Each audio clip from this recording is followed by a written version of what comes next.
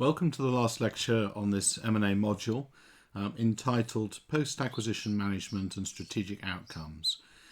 You might have noticed that the first slide, or the opening slide in each of the sessions, has pictures on, and they do actually mean something. And in this case, I take this to mean that post-acquisition management is very much a craft skill in which there's a lot of skill involved on a day-to-day basis and hard work by individuals to achieve good post-acquisition outcomes. The main areas we'll cover in this lecture are the areas of post-acquisition difficulty, and these can originate from pre-acquisition origins, they can originate from the negotiation phase, and of course they can occur purely in the post-acquisition area. I'll then introduce to you a post-acquisition framework that I created a few years ago that seems to have widespread traction. And then I'll give you an overall strategic outcomes slide which tries to pull together all of the lectures you've had on this module. And then to end, I'll refer you to a case example which is called the Sydney Chainsaw Massacre. If you've been reading the Mergers and Acquisitions textbook, you'll notice in there that there's a sort of economic expression of how value is created from acquisitions. And so if you look at the formula where A and B represent the two companies being brought together, essentially what this says is that the value of A plus the value of B needs to create a positive synergy gain. And that's, of course, the equation on the right-hand side of the page. And if I go through these individual pieces, VA obviously refers to the value of company A and B to the value of company B, plus S, which of course is the synergy point. And these are potential synergies, as I've stressed throughout, and they can come from scale benefits, efficiency benefits, market power benefits, new strategic opportunities and options, and maybe some others as well. But we also have to remember some of the costs. So we have to subtract P, which means a premium for control. Often you have to pay more money than the actual market worth of a company, of company B, to encourage target shareholders to sell their shares to you. And that's the premium that we're going to have to give away, if you like, to target shareholders. And of course, we hope the overall combined value will be greater than that premium for control. The second expression we have to remember is C, which are post-acquisition costs. Some relate to the actual transaction itself. Obviously, you pay these after it's happened. So you pay these to the advisors. There may be regulation fees to lawyers, bankers, accountants, and so on. And then, of course, we have integration costs. Now, you can anticipate quite a few of these in terms of communication costs, restructurings, redundancies, closures, capital investment plans, and so on. But we always have to remember they're going to be unanticipated costs, things that you're not aware of at the moment, which will probably occur later on. The only other point on the slide worth emphasizing is that for the premium for control, if you pay a premium that's very, very high, then you'll have a lot of pressure from your investors to make sure you get enough cost savings after the deal to cover the cost of your premium. And that means, and it's a risk, that in the post-acquisition integration period, you can have managers trying far too hard just to reduce costs rather than achieve positive synergy gains. So there is a consequence of paying too much. It's worth thinking about the post-acquisition performance curve, as different stakeholders have different perceptions of what this should be like. For investors in the companies, what they expect is an immediate uplift in performance of the combined firms once the transaction is completed. So stakeholders expect the performance to follow the desired curve on the diagram, which is an immediate upturn in performance into the future. However, what actually happens in practice is normally a downturn. And the reason for that is that there's a certain amount of confusion about how things might be put together or integrated. Some things are more difficult to integrate than you may anticipate. Many things haven't been worked out. and it's just awkward for two new companies trying to work together in an effective way. So we tend to get a downturn to start with, and then later on, if we persist with our integration, we should see a sustained upturn, taking us to a better position than the two firms on their own. And we call this the J curve. Now, of course, the challenge for the CEO and the management team is to try and close this perception gap between the external investors and what's actually happening in the company. So they often try to find quick wins that give the indication that the company is following something like the desired curve, when in actual fact it's probably not doing that. It's actually showing a downturn before the uplift happens. So there's a little bit of game playing here in trying to convince the markets that broadly speaking this is right, even when the curves are different. So what are the areas of post-acquisition difficulty? And it's worth remembering the statement on the right-hand side that the value from acquisitions is created or destroyed once the acquisition has been made. So in other words, during the acquisition phase, this is where we're really going to get it right, or it's all going to go pretty badly wrong. So where are those areas of difficulty? Well, some come from the things that have happened before the acquisition was actually signed off. We talked a little bit about this before, but to run through them quickly, you may have an acquirer management team that's over-optimistic, if you like, exhibiting hubris, and they're ignoring the costs and just looking at the gains. They may also not be evaluating properly the target for black holes, and this may be because there's not enough time for due diligence, or the due diligence is not comprehensive enough. And I gave you those two examples before in the process lecture. You may pay too much, and we've already talked about this, that if you pay too much, you might then end up trying to cut costs so savagely you destroy the critical capabilities that you wanted to work with. And often companies just don't plan for integration. They just focus on getting the company and then working it out afterwards. And the problem with that is it then takes a long time to work out what to do, and there's a lot of uncertainty amongst staff, employees and other stakeholders, which can lead to quite negative behaviours which are damaging to both companies. The second area of difficulties is in the negotiation phase, and the problem here, as it says on the right hand side of the slide, you can have very differences in negotiation style and intent, and here cultural differences do play a role. So one thinks of maybe the individualist approach of the Americans versus the collective approach of the Chinese, and also perhaps focusing on different values. Perhaps the Chinese are more renowned for looking at things like trust, indicators of trust. Perhaps the Americans are more financially driven. And this can lead to agreements, but actually we're not agreeing the same thing. And that's really what the cartoon is attempting to show on the left-hand side, where you have an actor or two actors apparently communicating in the same way, but actually meaning quite different things. And I think that's an important point. Other issues in the negotiation phase, and it's critical when you negotiate a deal, that there will always be areas of ambivalence. And the temptation is to say, well, we'll sort this out afterwards.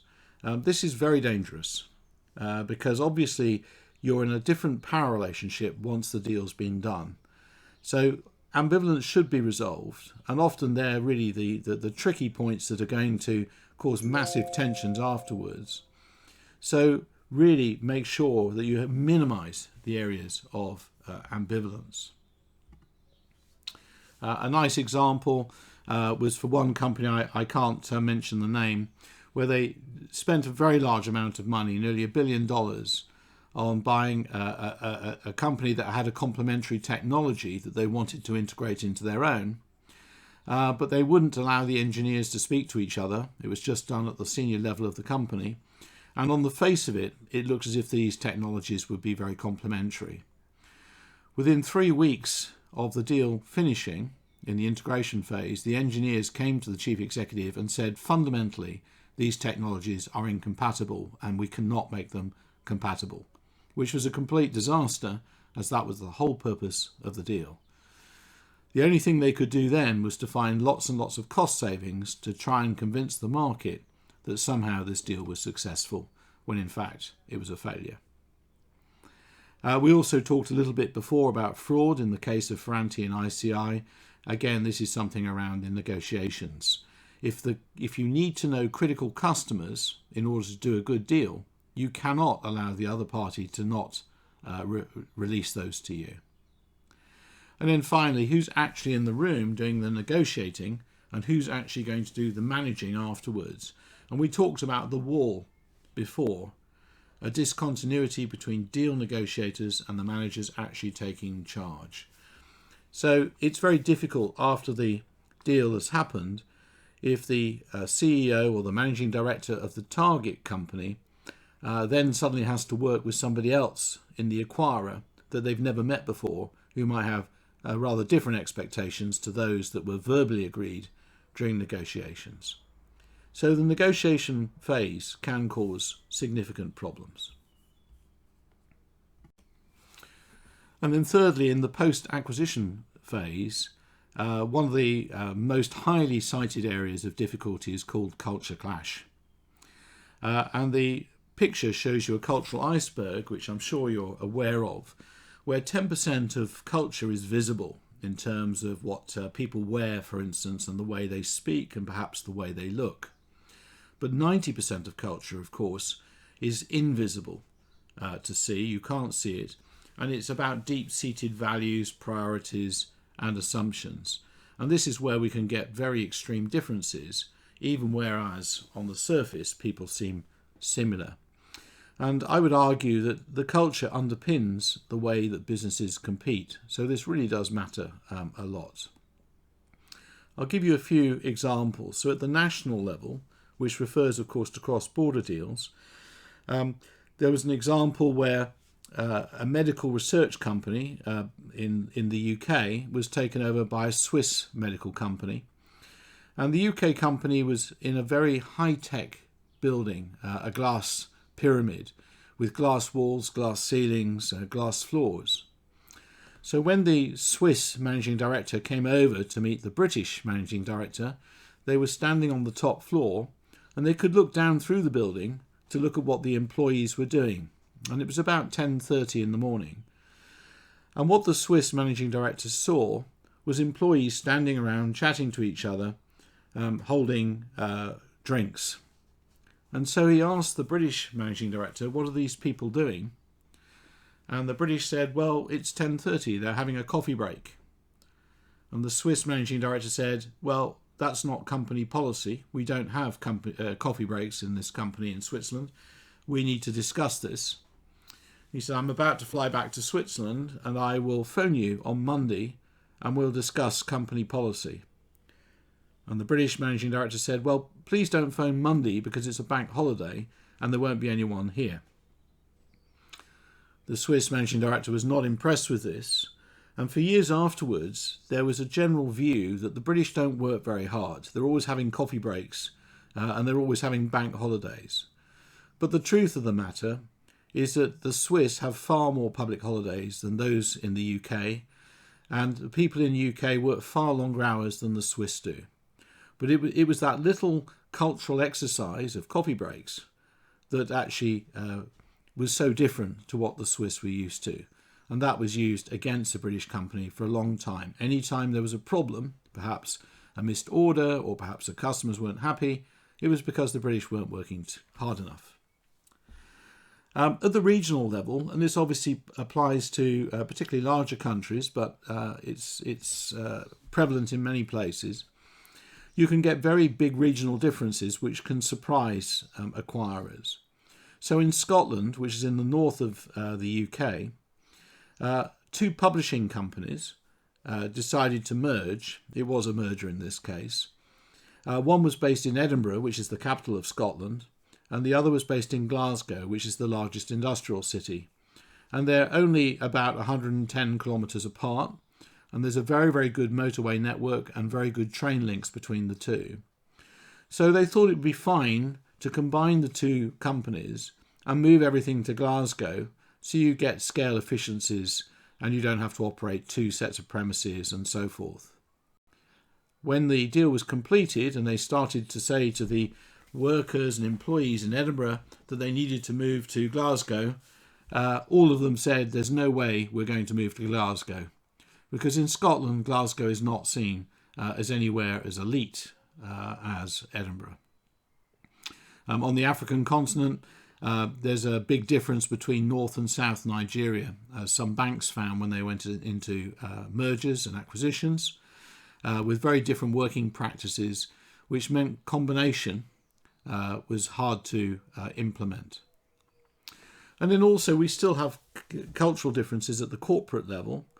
A nice example was around a cable casing manufacturer, again in the UK, where 2 companies were making the cable cases that you find on your external devices for your computers and so forth. And they're basically the same product. And these 2 companies were competing for the same sorts of customers across the UK and Europe. And so there seemed to be an obvious case of synergy gain by combining the 2. You get your unit cost down having 1 manufacturing plant rather than 2. You have 1 sales force instead of 2, and so on.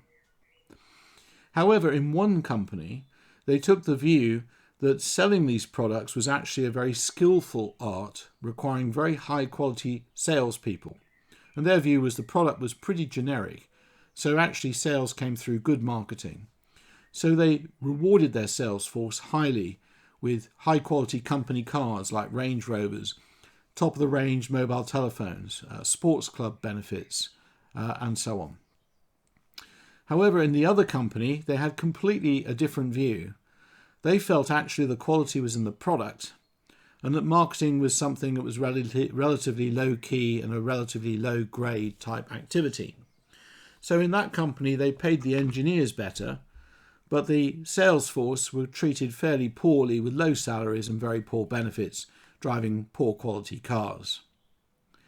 They didn't consider this when they put the 2 companies together, but then afterwards you had the situation across the company where, for instance, in the sales force, you would have the boss of the sales force, who came from the engineering type company, driving a Ford Focus or a relatively low quality Ford car, and his employees, his subordinates, would be driving Range Rovers. You can imagine how pleased people would be about that. And it wasn't just in marketing, it was across the whole company. The question is, what do you do? Well, if you say to everyone, we're taking away all of your benefits, you lose people, you lose customer relationships, and everyone loses. If, on the other hand, you try and give everyone the same high quality benefits, the company goes into bankruptcy because it can't afford it. Unfortunately, this remained a massive problem for the integration, and the company did not do well. The final point on the slide is around something called a psychological contract. When you work for an organisation, you obviously sign a real legal contract of employment, but if you work there for any length of time, you begin to feel that you belong there. It's something like a family. And this is what's called a psychological contract, that you try your best for the company and you feel the company tries for you. Unfortunately, when your company is taken over, that contract is immediately broken.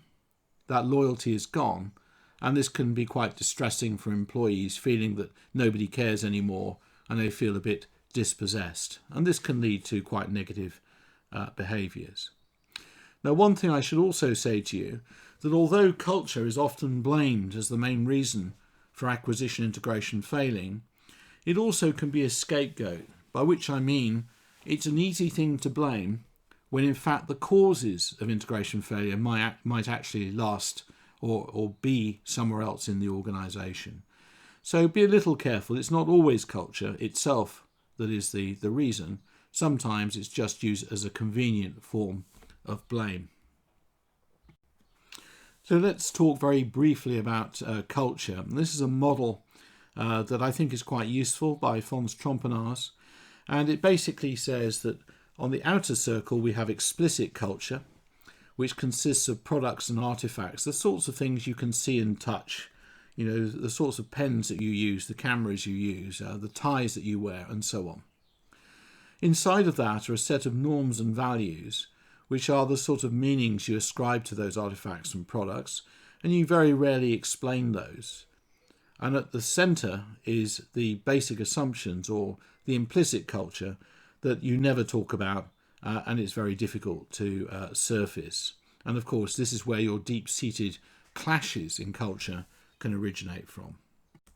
One aspect of the outer layer, which is obviously very easy to detect, is language, what people say. And here, one of my students some years ago decided to look at certain things that British people say, common phrases, and to write down what he, as a non-British person, understood from those phrases, and then underneath what the British person actually meant. And I think you'll begin to get the idea. And it doesn't apply just to the British language, of course. The French language equally is similar. So using the first example, a British person might say, "I hear what you say." And if you're not a British person, you might think that means he accepts my point of view. But however, what he actually means is, I disagree with you and I don't want to discuss this any further. It's quite a firm statement. Another example would be a British person might say, "with the greatest respect," with the emphasis on the word greatest. A non-British person might think it means he is listening to me. In actual fact, it means I think you are wrong, or even a fool. Another example, again quite common, is British people might say, "correct me if I'm wrong." And if you're not British, you might think that means "tell me what you think." This is completely wrong. It means I know I'm right, please don't contradict me. Or perhaps a more forceful way of saying don't do that. And another rather difficult one, and it does depend where the emphasis is put, a British person might say "that's not bad," with a bit of an emphasis on "not." A non-British person might think that means that's poor or mediocre work, you haven't done a good job. But actually it means that's good, or indeed very good. So the British tend to have a lot of phrases of this type that can be easily misinterpreted. And certain key words that you should watch out for are very interesting. When you say something is very interesting, you can sometimes mean the complete opposite. And one that is definitely a strange one is "that's original," which means it's absolutely not original and very commonplace. So maybe listen out for those. A famous series of books were produced by Fons Trompenas and Charles Hampden Turner as a ways of trying to surface cultural assumptions. And they've come up with lots of questions as tests that you can use to try and work out how people from different national ethnic groups think about certain situations. And I do recommend them. They're very interesting and often very entertaining, because they really do seem to expose significant differences across the world. The book that I would recommend is Riding the Waves of Culture, in the second edition of 1997. And here they have a question about driving, and saying that if you're in a car driven by a close friend, and basically he hits a pedestrian but is also breaking the speed limit, if it goes to court, if it goes to be a court case or a trial, you're asked how you would defend your friend, and whether you would defend them strongly because they're your friend, or whether you would not defend them strongly because you believe that he broke the speed limit and the rule of law is more important than friendship. And across the world, people respond to that question quite differently. And that affects the way that people are thinking, and it affects the way that people negotiate. And as I say, I think it's highly instructive.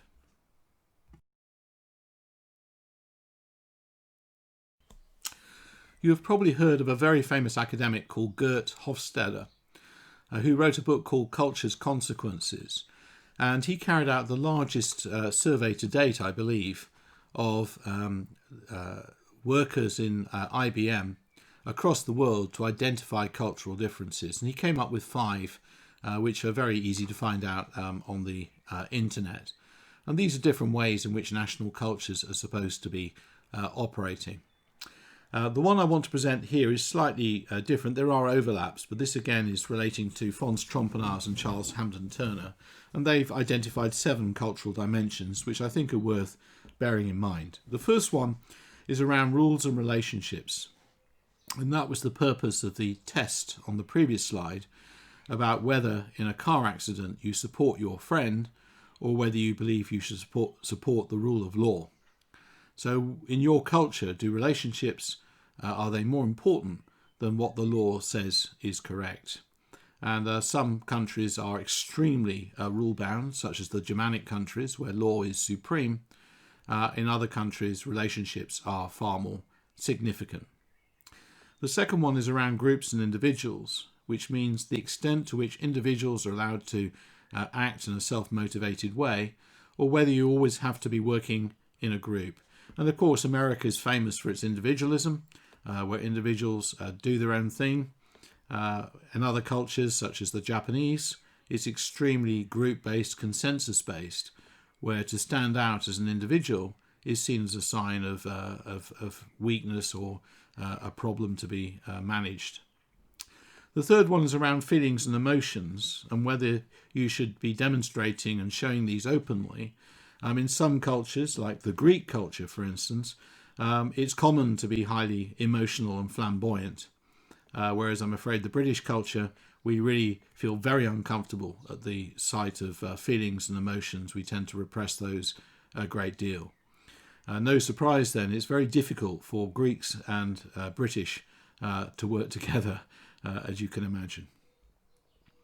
The fourth is around whether we look at work as a series of specific or objective tasks, or whether we have to have an overall holistic view of what's being done.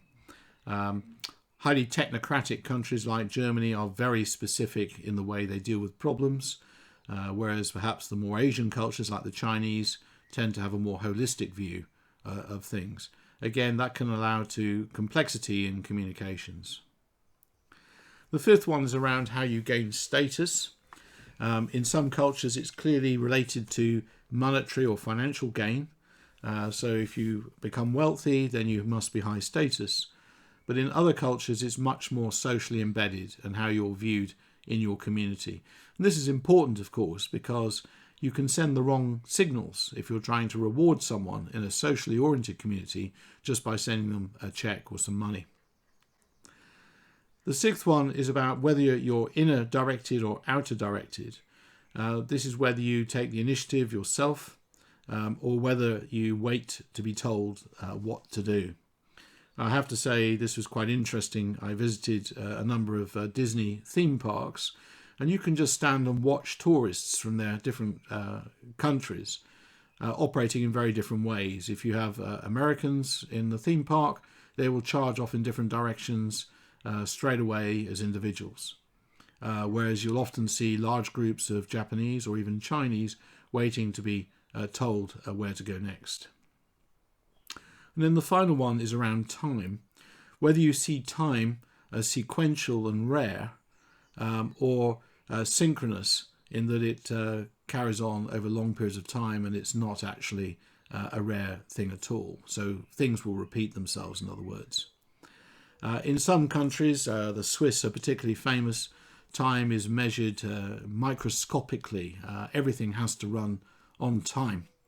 The trains have to be there when you expect them to the minute. Whereas in countries with synchronous time, for instance, Mexico, if the train is within an hour of the time, that's pretty good. And it's not surprising if the train, in fact, comes the next day instead. So time plays a very different role depending which cultures you're in. In fact, we may add to that, what time should you arrive at a meeting, or indeed at a lecture, what time should a lecture start? I've taught around the world. I can tell you that when I teach for Georgetown in America, the students will be there at least 5 minutes beforehand, ready to start. And if I haven't started exactly on time, there will be some polite coughing, And after 2 or 3 minutes, someone will put their hand up and say, Professor, you should have started already. In other cultures, perhaps I won't name them, if I managed to start within an hour of being there, I'd be doing extremely well. One series of lectures I gave in Ghana, for instance, I'd be pretty pleased if the whole class managed to arrive before lunchtime. So we have different attitudes towards time.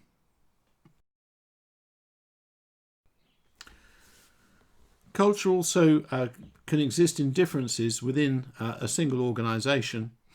And this chart or this picture is trying to show in a large consulting organisation like Ernst & Young or KPMG that you can have very big differences between the ways different parts of the organisation think and act.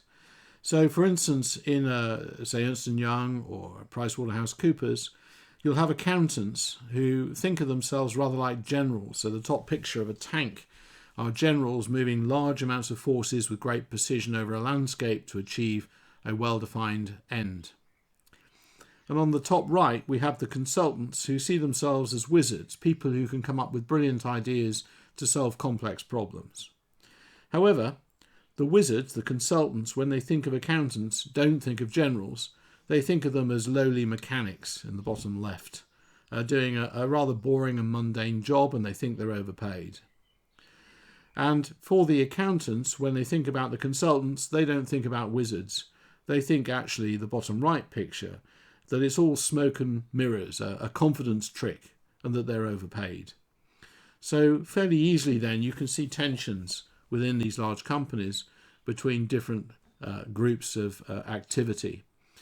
You can also see it in terms of the attitudes between manufacturers and marketing, for instance. It's very different and can lead to great tension. So moving away from culture specifically, what are the other reasons for post-acquisition problems? The first one is around politics and power.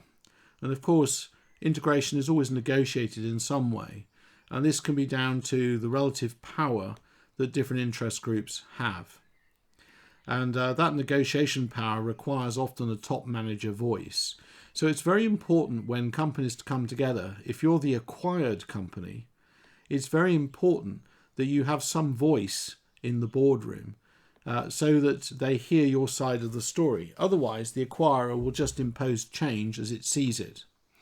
And therefore, we come to one of the big problems of something called the conquering hero syndrome, which is where the acquirers believe that they're somehow also the best. And of course they might be, but often there are things in the target company which are superior to the acquirer's company. And that can get forgotten if you have conquering heroes, and they will just come in and impose their standards, their controls, their systems, their ideas on the target. And in that process could easily destroy the very value that they might have wanted to acquire. Now, there is a little bit of a defense to that from the target company around a Greek story called The Horse May Learn to Talk. And this means that they can engage a little bit in game playing to try and make sure that they're able to maintain a certain amount of negotiation power. So they may conceal certain things, they may hold certain things back in order to buy time. As that fable tells you, the person who was tasked to make the king's horse talk managed to buy himself a year in which to try and achieve that, and of course hoped that perhaps the world might be better in a year's time, so his fate wasn't determined by whether a horse would talk or not. The second area on this slide of problems can be around getting the wrong integration design. It's sort of linked a little bit to conquering heroes, where you may not really understand how the acquired company competes. So, for instance, in one consultancy merger, they were organised around product units, and so they were saying where we're going to sell these products, geographically speaking, whereas the other company they merged with was based on region, because they felt it was market sensitivity that mattered. And of course, when you combine the two, something is lost, and that was a serious problem. And the third one is around actually the management of implementation. It can be done very badly. So Not enough communication is a classic one, as was shown with the Fuchs hostile takeover of Century Oil. As it says here, morale collapsed and employees left, and performance had still not met expectations 5 years after the acquisition. So it is important to manage employee expectations, to manage uncertainty, and communications here is key. So how might employees react if they're not very happy? Well, the lowest level of resistance we call passive resistance, where people just work a little bit less hard, and it's very hard to detect. So, for instance, they might start coming to work a bit late. If they have coffee breaks, they might take longer coffee breaks or longer lunch breaks. Spend more time talking to people and not actually working. Very hard to see, but collectively can lead to quite a loss of value. But there may be some clues. So, for instance, in one law firm, when they merged with another law firm, they went into a new building which had 4 or 5 elevators. And it became clear that the lawyers from one firm were always using the first 2 elevators, and the lawyers from the other firm were using the other 2 elevators. In other words, they are not working together at all. Slightly more serious are defections, where you lose some of your best people. And this happened when Price Waterhouse merged with Coopers & Lybrand to form PwC. As the senior partner said, the moment the deal was announced, headhunters were targeting their best people and trying to take them away to the competition for higher salaries and greater certainty. And they certainly lost some very good people. And of course, that means the loss of corporate memory. Again, you have to keep communicating and reassuring people that things are going to be better. Otherwise, you could well lose your talent. More serious is organised resistance, where employees decide to work together collectively to fight against a merger or to show their expressions of anger. So we talked right away at the early outset of this course about American Online and Time Warner, where the employees hated each other. Carlton and Central TV in the UK are good examples where unions got involved because they were very unhappy with these 2 companies together. And they're both TV companies with 2 TV studios, one in London, one in Birmingham. And the proposal was to close the one in Birmingham, as they didn't need 2. But of course, Birmingham had a lot of civic pride and were very angry. So there were strikes and riots, which really greatly added to the costs of integration. And then finally, sabotage. This is where employees are so angry they deliberately set out to damage the acquiring company by breaking equipment, by damaging customer relationships, and so forth. They may lose and leave and take key accounts with them, again, which can really damage the acquiring company. And an example of that is a company in Holland called Delft, where the lead engineer decided to sabotage the machinery which made some of their critical products, and that was a massive problem to be solved. Researchers have tried to estimate the performance implications of cultural integration. So on the left-hand side of this table, we can see either proactive approach to cultural integration post-merger or ignoring cultural integration post-merger. And across the top, we can see there are different types of deals. There are scale-driven deals, so trying to achieve efficiencies. And then there are scope-driven deals, which we might call broadening product range. And it seems that if you have a proactive approach to cultural integration, both those types of deal benefit by 5.1% and 6.4% respectively. However, if you ignore cultural integration, you get a serious negative effect, particularly in scale-driven deals, where you have minus 7.9% reduction in outcome. And also there's a small downturn with scope-driven deals. So the strategies of successful acquirers then for the scale-driven deals is to impose the buyer's culture on the target company. But if it's a scope-driven deal, probably try to keep the companies separate or maybe work together on creating a new culture. Now, as I cautioned before, the problem with culture as an explanation is it's probably a bit too broad. It's a bit of a scapegoat, and so we need to try and look beneath the umbrella of culture to say, well, are there specific areas which are problematic? And so again, there are quite a few surveys, this is one from A.T. Kearney, that tries to identify areas of post-acquisition problems. And the biggest one they identify, and many other surveys do the same, is under-communication. 58% cite this as a major problem. They also talk about there's not enough master plan, there's no momentum, there's lack of top management commitment, lack of pace, and some other things. Now, rather than go through each of these, I have interpreted this to mean there are three major areas to look at. The first is communication is a problem. The second is lack of leadership. And the third is lack of speed. It's fair to say that probably communications and lack of communications is the number one reason that is cited for acquisitions not working. So the first statement here says, what are the three most important things to integrate? Well, the answer is communicate, communicate, communicate. And if you don't communicate well, then you have the problems that Fuchs had when it took over Century Oil. And we mentioned that before. And you do need to manage expectations. You have to communicate throughout the whole firm. And in some presentations, you get slides that are on the logo, but not really talking about the strategy. Or messages can be too abstract, so employees don't really understand them or can't really relate to them.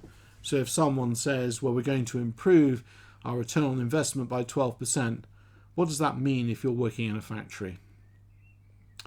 And also the messages mustn't just stop outside the HQ, the headquarters. So they need to be logical and consistent, and they have to be personal. And volume of communication also does not compensate for the quality of communication and sensitivity.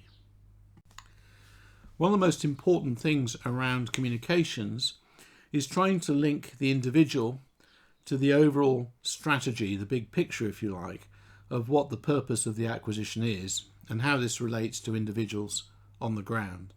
So here is a series of steps that take you from the big picture right down to the individual employees. So the big picture, of course, is the state of the deal and the overall strategic logic. And from that we can get the acquirer's strategy, its values, its history, and so forth. And then you can explain how the target fits the strategy of the larger group. We can then explain what this means for integration at the operational level. So which operations, for instance, will be affected, which boundaries are going to be changed or reviewed, and what are the broad implications for employees. And then diving into those areas, we start to address employee concerns, try to work out what they are, the main ones, and try to respond consistently and quickly. And then for the employees, you have to focus them on the integration task, point towards the change, and link this back to the overall purpose. And I think that helps allow employees to understand where they are located in relation to what you're attempting to do with the acquisition. Now, there are lots of different ways in which you can communicate, and I think this is quite a useful chart. Although it's slightly dated now, and you can probably add a few more interactive ways of communication, I think the general idea still works pretty well. So essentially it goes about increasing the richness of communication from the right, increasing towards the left. So on the right hand side you might have something like a newsletter that just goes out on a weekly or monthly basis, and as we move to the right we start having more rich communication. So you might have a special newsletter specifically targeted on the deal that's happening, or you may have some sort of uploaded video, for instance. And as we move further across we have the intranet, maybe there's a company intranet. There may be a general event, so you might invite all your employees to a very large meeting, maybe at a football stadium, for instance. Better than that is a personal letter to each individual member of staff, followed maybe by an email because that's more immediate. You can have team meetings, direct telephone calls, video phones or webinars, and so on, right through to a one-to-one personal meeting, either with your boss or maybe even with the CEO. And of course, the implication here is the richer the communication, the more personalised, the greater the impact, and obviously better for reducing uncertainty and so forth. And on the left-hand side, you can have all of the key people you need to be communicating with, such as top management teams, senior managers, other employees, retired employees, and so on. And this way you can work out what your communication strategy is. Now, of course, you do want to communicate as personally as possible. But if you're in a large company, this starts to present very clear difficulties. Fortunately, technology does allow you now, perhaps through Zoom or for Microsoft Teams or whatever, for a CEO to speak directly to the workforce fairly easily. But still, it's not absolutely personal, but it is an improvement on perhaps what was there before. So in general terms, the best thing is to have very rich and interactive and immediate communications. So half the time it's about employees wanting to feel they're being heard rather than necessarily getting the right answer, because sometimes you just can't give the right answer. And you may get questions which seem absurd in the context of the deal. So for instance, one deal I was involved with, one employee was desperate to know whether her company car would be red. Now, that's not actually the issue. It's really just to know whether or not top management is taking her seriously and caring about her. There are real problems in not communicating because rumours start to fly. And there's a very famous study by Schweiger in 1991 where he was able to look at two factories in the same company after an acquisition, and they were able to control the information flow so that one factory had good news about the integration and one had bad news. And within 4 months, it had a huge effect on the workforce and the productivity of the plant. So communication matters. Also, you're giving the owners a face. So they're not the enemy, that people know who they are, you can see them. And this is why meetings in large places like stadium, town halls, parish halls matter. And if it's possible that the CEO has the time that he can actually get to meet small groups of people at informal locations like skips around the back of factories where the rubbish is put, for instance. There can also be introductory social events. So, for instance, when Mittal took over Arcelor in France, they took over some very large trains to take all of the senior and middle management to the north coast of France to a famous resort. They were also taking their families in order to try and socialise between the two companies.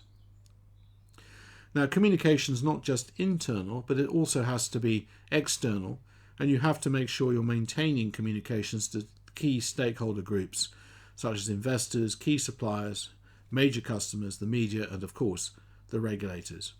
And I'm afraid it's an ongoing process, so it has to be continuous if you're going to reduce uncertainty and manage expectations. The second issue we identified about integration was leadership and whether the acquired top management team should stay or go. Of course, this tends to be negotiated, and this will be down to the acquirer really to decide. Now, what this chart shows is the level of turnover in top management teams in companies over time. And the 0 marks the completion date of an acquisition. So before the acquisition, across 473 companies, you see there's always a turnover in top management teams running at about between 10 and 15%, maybe down to 10%. But what's very noticeable in acquired companies is that turnover rate increases dramatically after the deal is announced, going up to 25% within the first time period and slightly higher in the second time period. And although it falls back in time period 3, it still remains at a much higher rate than was there before the deal took place. So in other words, you do get a lot of turnover in top management teams in acquired companies following deals, unlike, of course, acquirers, where the turnover rate maybe falls slightly but is much more consistent. So there are arguments for and against keeping the top management team in the target company. You may want to keep them if they keep firm specific knowledge. They may have very valuable knowledge about how to get things done, and they may be very difficult to replace. They may have very important links to customers, for instance, or they may have highly technical knowledge that's not widely known. They also provide leadership continuity, which would reduce employee uncertainty and reduce their negative reactions. And also they're able to change things fast as they know how to get things done. The argument for removing them, though, is that they can be an obstacle to change. They will be loyal to their previous policies, and of course they're identified with the previous strategy of the company. And therefore, if you ask them to make changes, they may only make cosmetic ones, so very tiny changes, trying not to destabilize or destroy some of the things they did before. So maybe how we decide this is around the level of integration required. If you want a low level of integration, then probably keep them in place. But if you're hoping to have high levels of integration for synergy gain, you may consider getting rid of them. So should you bring in a managing director from outside the target business? And again, there are arguments for this and against this. The reasons for bringing in an outsider, someone from outside the company, is they're generally open to new approaches. They have a broader view, so they tend to be more objective about the problems in the company. And they're generally better at transferring resources and capabilities from the acquirer. By definition, they have to be close to the acquirer to be appointed in the first place. But there are also reasons for not bringing in an outsider. They may lack a deep understanding of the acquired company and its culture, and also because they have to learn a lot, it may take them longer to get things done because they don't know which levers to pull and what things to trust. So in conclusion, the best thing for bringing in an outsider is if you really want to transform the acquired company. But if you don't want to transform it, then don't bring in an outsider. So what should leaders do? Well, top executives have a powerful symbolic role, and they need to be seen to be crusading for the new entity, for the acquired company. So they really are the spokesperson. And it's important they establish and communicate a strategic vision, a new purpose for the combined group. And they also need to act rapidly to overcome uncertainty. They are a lightning rod for many people's emotions, so people will focus on that CEO to gauge how they should be reacting themselves. And they really should be providing focus and momentum. If you think about captaining a ship, they should captain changes through integration. Also, they need to motivate organizational members by cheering on their troops, if you like. But also key is they need the right top team from the very beginning. And of course, some of the issues here are around ego clashes and politics, and these can really disrupt merger. And there can also be conflict through different views on how mergers should proceed. So it's important that it's clear who's calling the shots, who's in control here, and it's also important that people's roles and responsibilities are well defined. The final issue to talk about is speed of integration. And this is something where I wrote the first paper on this issue in management, which has got highly cited as a result. And it comes with a lot of assumptions and baggage, if you like. It's very deeply embedded in the English language and has strong positive associations with success, good fortune, advancement, furtherance and progress. And underneath there are some quotations which go back a long way in history. I'll read them to you, but don't worry if you don't understand them. For sloth is mithy to confound the speed of every man's work, which means that going slow confounds you, whereas speed works.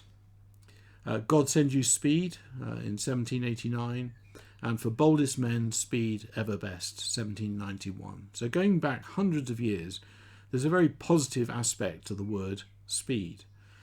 So it's associated with decisiveness, advantage and time saving. But it also has negative characteristics. Speed kills. And as the editor of the Oxford English Dictionary said to me, excessive speed or inappropriately high speed can result in your death and that of others. And obviously this is speaking to about driving cars too fast.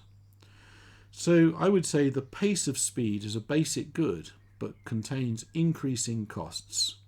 So we have a law of diminishing returns. If we talk about cars again, the faster you go, the more fuel you consume, the more wear you put on your tyres, and of course you get physically and mentally exhausted.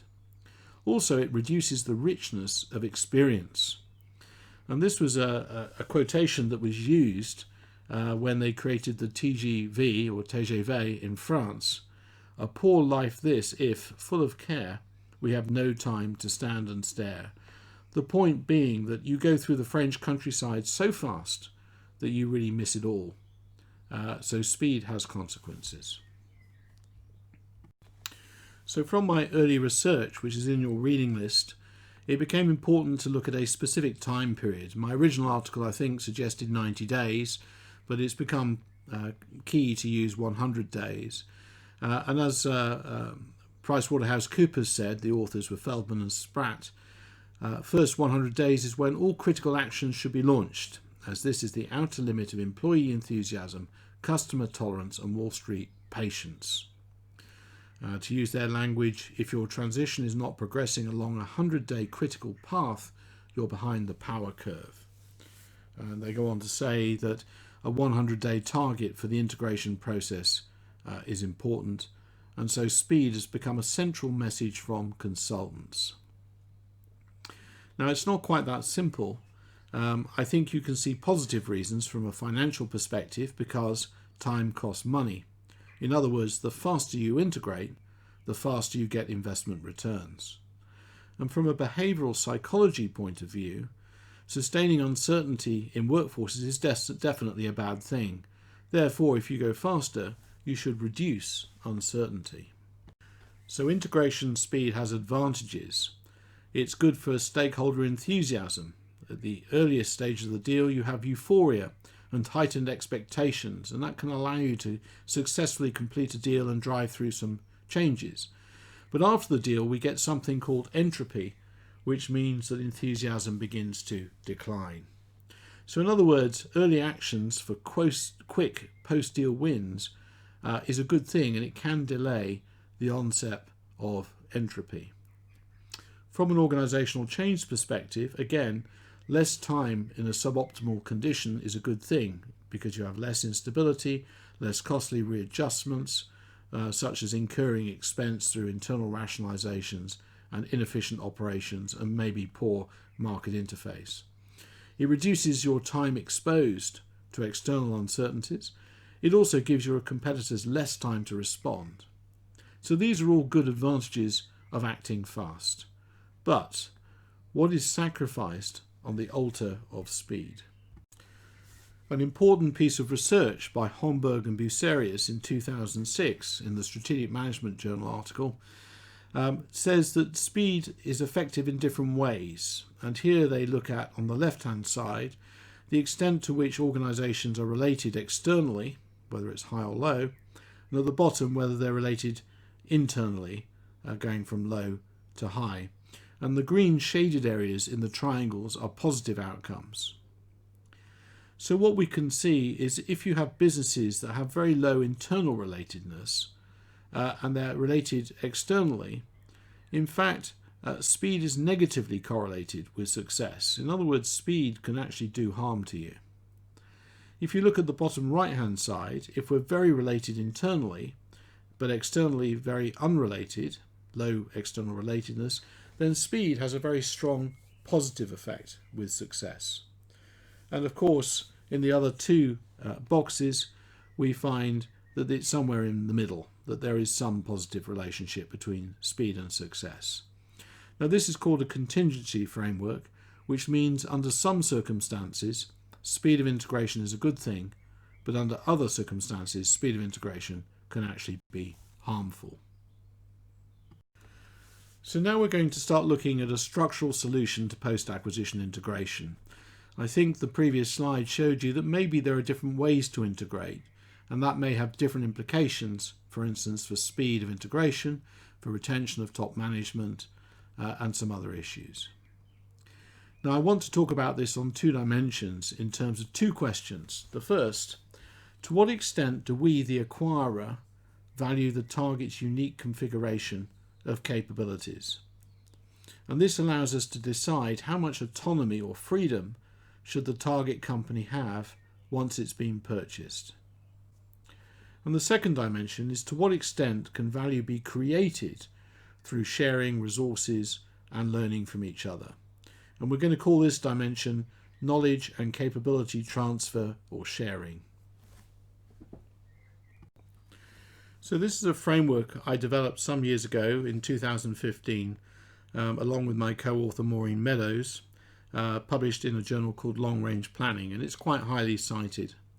So using those two dimensions we talked about, the first being the level of autonomy for the acquired company, and the other dimension of knowledge transfer and capability transfer between the two companies, we end up with 5 types of integration. And I'll go through those fairly quickly on this slide, but then we'll illustrate them in the next slides. So if we start off at the top right, where we have a high level of autonomy and a low level of knowledge transfer, we call these preservation acquisitions. So essentially what this means is we're buying a target which we think is well run, and therefore we want to give them the freedom, the autonomy to carry on being very successful. And we're not going to transfer much knowledge or capability because that might risk damaging the company. And that's called a preservation acquisition. Going to the other extreme, bottom left, we have absorption acquisitions. Here, we're saying that we don't really value the configuration and the capabilities of the acquired company. So we're going to give them low autonomy, but we're going to integrate them fully into ourselves with a high level of capability and knowledge transfer. Therefore, we will absorb them and it will lose its identity. Going upwards, we move into what's called intensive care. Now here, these companies are often poor performing targets and they need a lot of management in financial terms.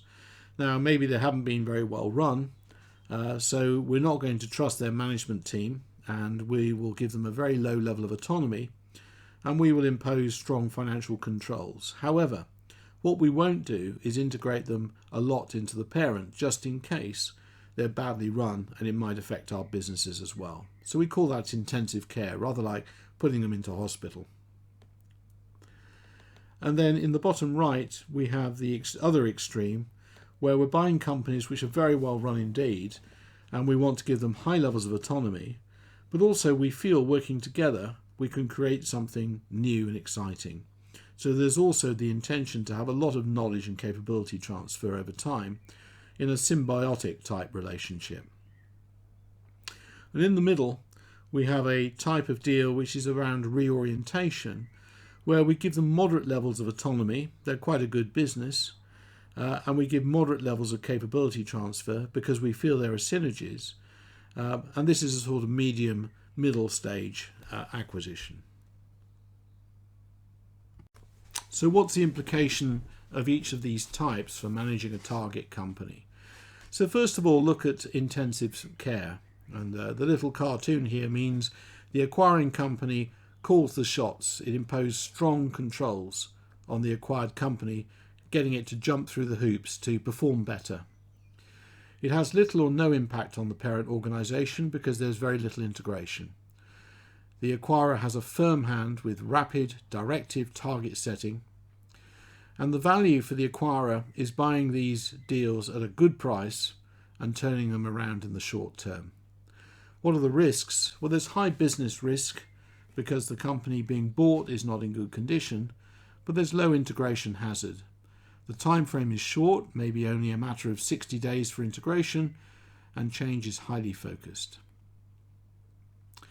For preservation deals, the cartoon shows on the left that the acquirer, which is the person, is acquiring stars. It's buying great companies that are doing really well. And so the actions are that we have to protect the acquired company so we don't damage the star. We have to keep their acquired management team. And we have to show early displays of support. So some modest investment, perhaps in furnishings and so forth, to encourage trust. We're trying to build understanding, and we're hoping that we may learn from these stars in some way. But of course, that's not automatic. There's very low business risk in buying these companies because they're performing well already. And there's very low integration hazard because you're not integrating them much.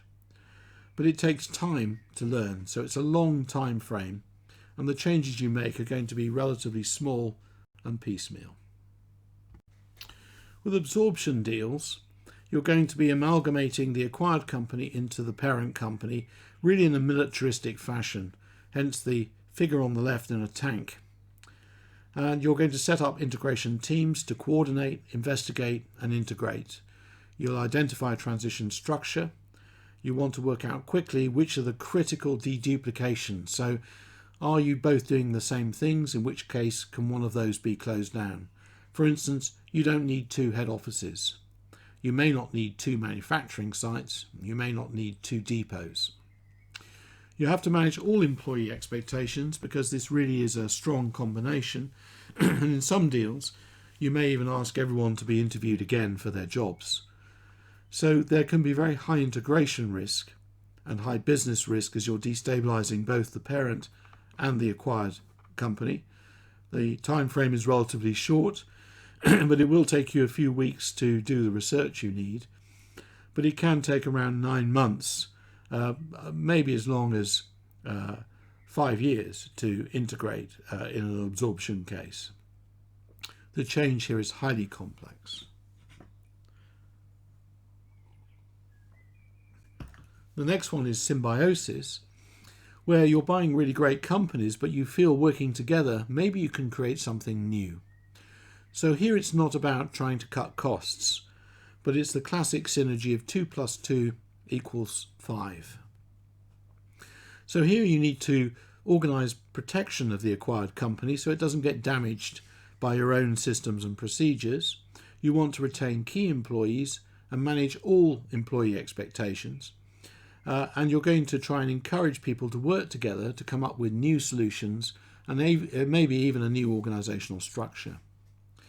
There's a high integration and high business risk because you're really changing the way these companies work, but we tend to take a long time over it to reduce some of those sensitivities. So symbiosis deals can take 5 to 9 years to put into place. And change tends to be sequential. You'll do things one step after another, unlike absorption where you may try to do everything simultaneously. And then finally, the fifth style is reorientation.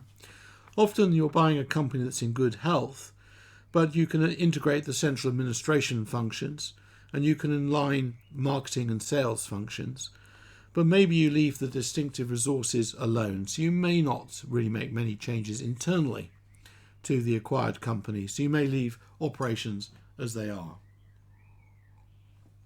So it's very much an external realignment, and for that you may need to put in place a new chief executive.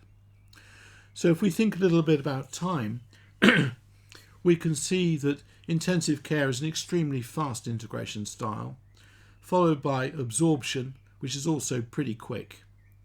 And then after that we have preservation, which is slower, can take say 3 years, and we have symbiotic, which may take as long as 8 or 9 years to get right.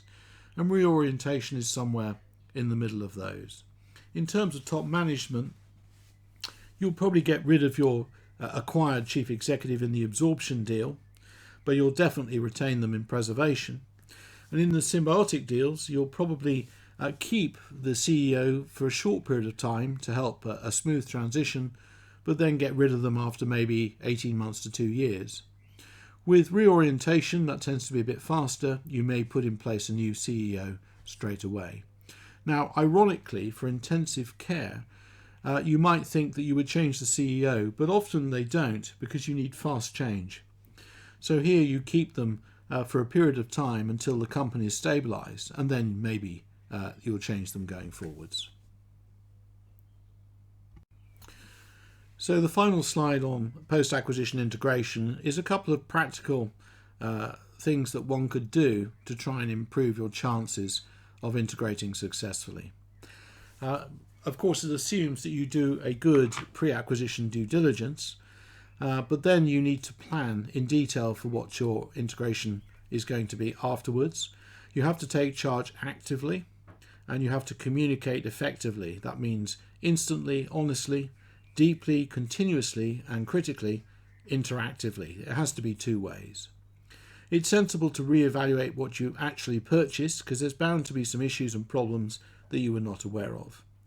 You have to establish mutual awareness between the two companies and the employees, so you value what each has achieved, and you have to try and manage the political situation between various interest groups.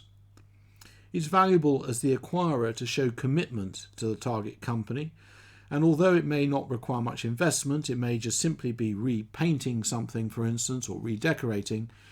Actually, that's very symbolic, and employees will tend to take that as a very positive sign that you care about them and their company. You should try and value the differences and not assume that everything the acquirer does is the best. You may well be able to learn from the target company. And again, think about the external environment. Don't forget the commercial football. The world is not standing still. Your competitors may try to exploit the situation whilst you're working hard at integrating. So keep your eye on the market and your customers. And then finally, based on the structural types of integration I gave you before, be consistent in the way you approach integration, recognize there are different styles, and stick to it. So if you're doing an absorption acquisition, do absorption and don't change after a while. It will never work. So as I hinted at in the previous slide, don't forget the external environment is always evolving, and it can have quite important influences on integration. So here's a couple of examples. So stakeholder expectations can put pressure on senior management teams. So in the UK, there was a famous merger between SmithKline and Beecham, trying to use a symbiotic approach, which takes many years. But at the same time, in America, there was a merger between Bristol-Myers and Squibb using the absorption approach. Now, as you know, the absorption approach is much faster and gives much quicker financial gains, although I would argue the symbiotic approach gives you much better returns in the long run, and it's turned out that that's true in this case. Unfortunately, though, for SmithKline Beecham, investors in the UK saw the quick returns that Bristol-Myers Squibb was achieving, and so started to criticise heavily the SmithKline Beecham management team for going too slow, as it says here, restructuring going slower than expected. And so SmithKline Beecham's share price tumbled dramatically, and that was a very difficult thing for top management to cope with. Another example of stakeholder expectations influencing a deal was Deutsche Bank tried to take over the London Stock Exchange, but failed to communicate with its main investors, who got very angry with the management team and in the end decided to get rid of them, thus causing the deal to fail. Now, I've already mentioned that competitors can react, and so a nice example in the UK was the TSB, Trust House Savings Bank, which was really a low-quality bank, a bit like a post office, decided to acquire a very elite merchant bank called Hill Samuel, seemed to be the best bank in the UK, which had a fantastic customer list. So although they achieved the acquisition, a lot of customers in Hill Samuel were very unhappy being acquired by such a low quality acquirer. And so when other competitors approached them saying, would you prefer to be banking with us? They said yes. So by the time the deal was done, a lot of the top quality customers from Hill Samuel had left already, leaving TSB with not a very good acquisition for which they'd pay a very high price. And in earlier lectures I've talked to you about what the supermarkets did after the Safeway acquisition. You can also have institutional change and regulatory changes. And so, for instance, another deal we looked at early on was the acquisition of Starwood hotels. It was a contested deal between Marriott Group and Anbang, a Chinese insurance company. Unfortunately for Anbang, the Chinese regulators decided to change rules around currency leaving the country, which prevented them really from carrying out that acquisition in the end. So no fault to Anbang, but if the rules change, it affects you. And then I'm sure you're fully aware of the current COVID-19 virus problem, and of course that's deeply affecting stock markets and M&A at the current time. And of course in the UK and Europe we still have the effects of Brexit, which may really cause serious difficulty with integrations and acquisitions in the future.